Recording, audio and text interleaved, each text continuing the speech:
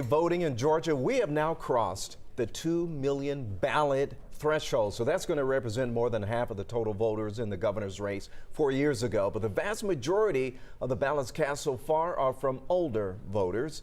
11 Alive's Doug Richards is live in DeKalb County explaining why this really matters when it comes to the results. Doug? You know, Ron, we saw lots of voters here in DeKalb County who were probably my age while we were watching them vote today, and very few of them who were what you would call young adults. And state demographic data from early voting confirms that young voters are mostly steering clear of early voting.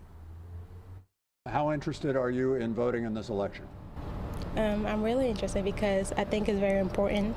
19-year-old Susie Hamsick says she's waiting till Election Day to vote. She's a Georgia State University student and says her schedule has kept her away from early voting.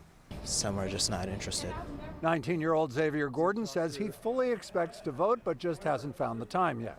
State data shows older voters are voting early in droves. Young people are not.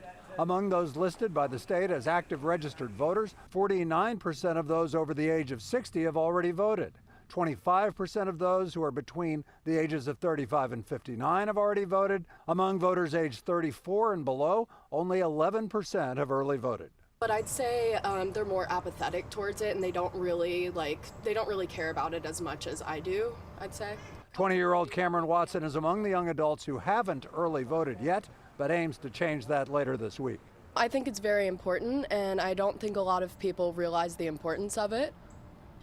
Yeah. An 11 Alive News poll conducted last month indicated strong support for Democrats among young voters, the young voters who have stayed away so far from early voting, indicating that at least so far, Republican candidates are having a pretty good election. Live in Tucker, Doug Richards, 11 Alive News. Yeah.